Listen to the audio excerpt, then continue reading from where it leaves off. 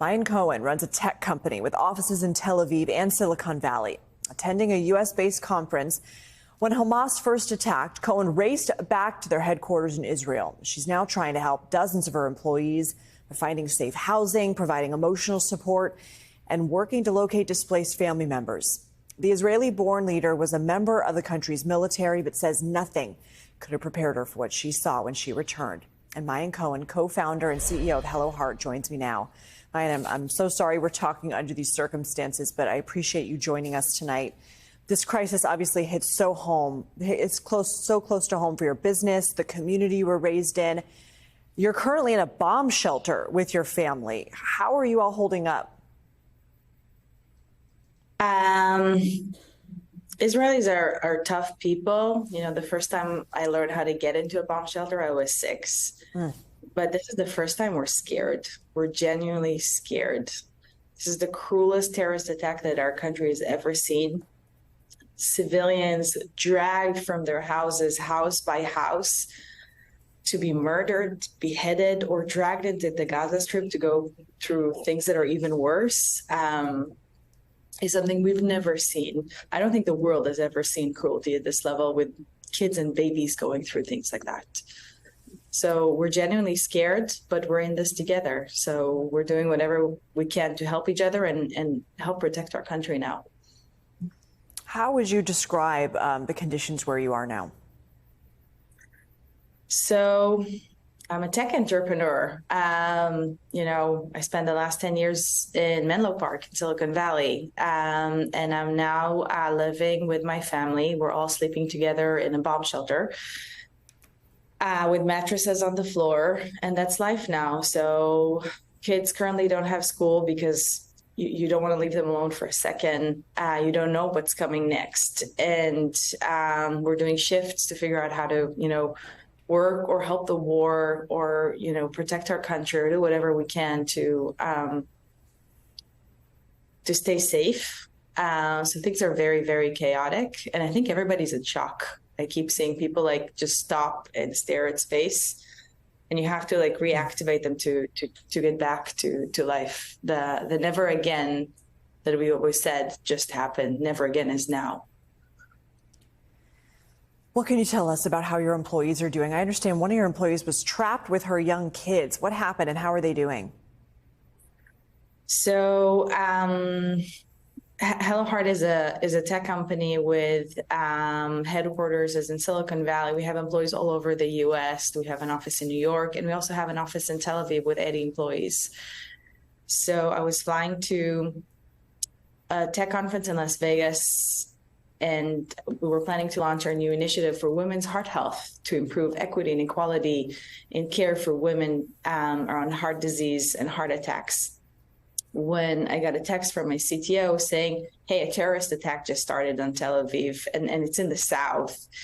So I immediately started texting, you know, my family, my friends, trying to make sure that everybody's okay. And we did a check-in with all of our team members and realized that we had several employees. We had 3 employees in the strike zone. After a few minutes, we started to get texts back from the team and realized that Rotem from our HR team is in the strike zone. She is pregnant and she locked herself in a bomb shelter with her 2 kids. And the terrorists were going house by house, knocking on doors, knocking down the doors if needed, and slaughtering the families. So she locked herself in the shelter. And so we're trying to keep our kids quiet in order to make sure they don't draw attention and maybe somebody wouldn't notice them. So she was there for 30 hours with her kids, keeping them quiet. And they hugged each other and they colored. And one of her kids put a sticker on his arm of a rocket and told her, don't worry, mommy. We're going to be okay. We're going to be safe. The rocket's going to protect us. And they were the lucky ones. They got out of it alive. I can't say that they're okay, but they got out of it alive. When they got out, they realized that the families around them, their neighbors, have been slaughtered one by one. shot, beheaded, including kids and babies. And the terrorists spared no one when they realized that a family, for example, was locking themselves in a bomb shelter. They went outside and burned down the house to get the people to flee out, and then they shot them in the street.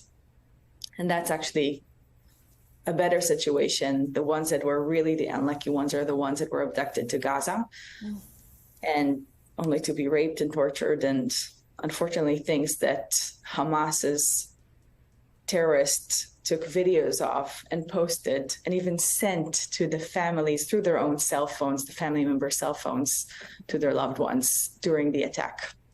This is cruelty levels that we've never seen before.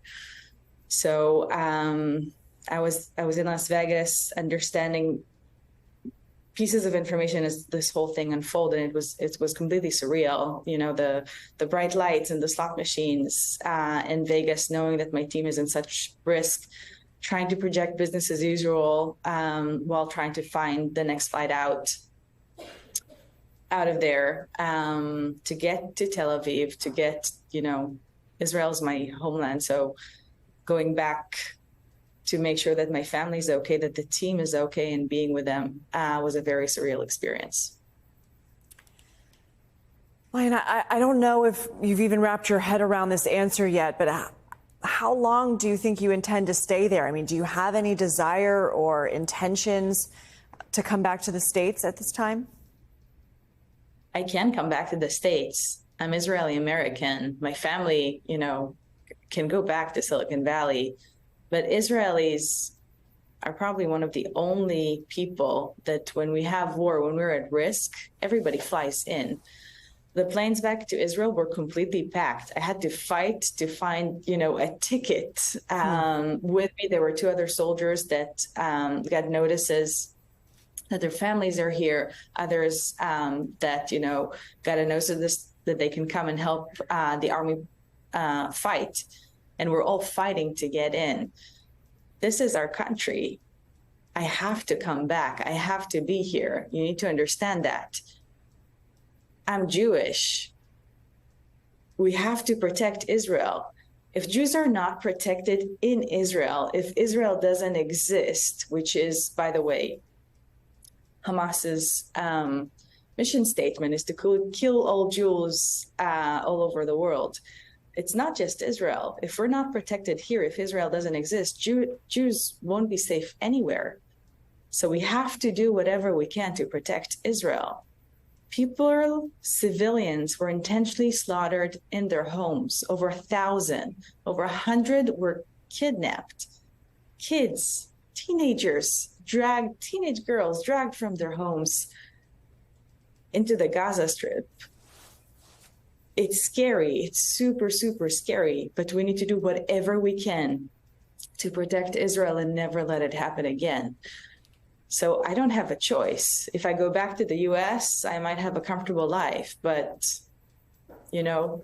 whatever starts here escalates throughout the world. And we're hearing now that Hamas just called for hurting and killing Jews all over the world. It's not going to stop. We have to be protected in our country, in our democracy, in order to protect Jews all over the world. So it's not comfortable, but of course I have to be here, and I have to be here for my family. I have to be here for my team. Lian Cohen, I hope you and your family and your team all stay safe, and I do hope that you'll keep us apprised as to how you guys are doing. Just keep us posted. Thank you for time. I know it's really early in the morning there, so thank you. Thank you.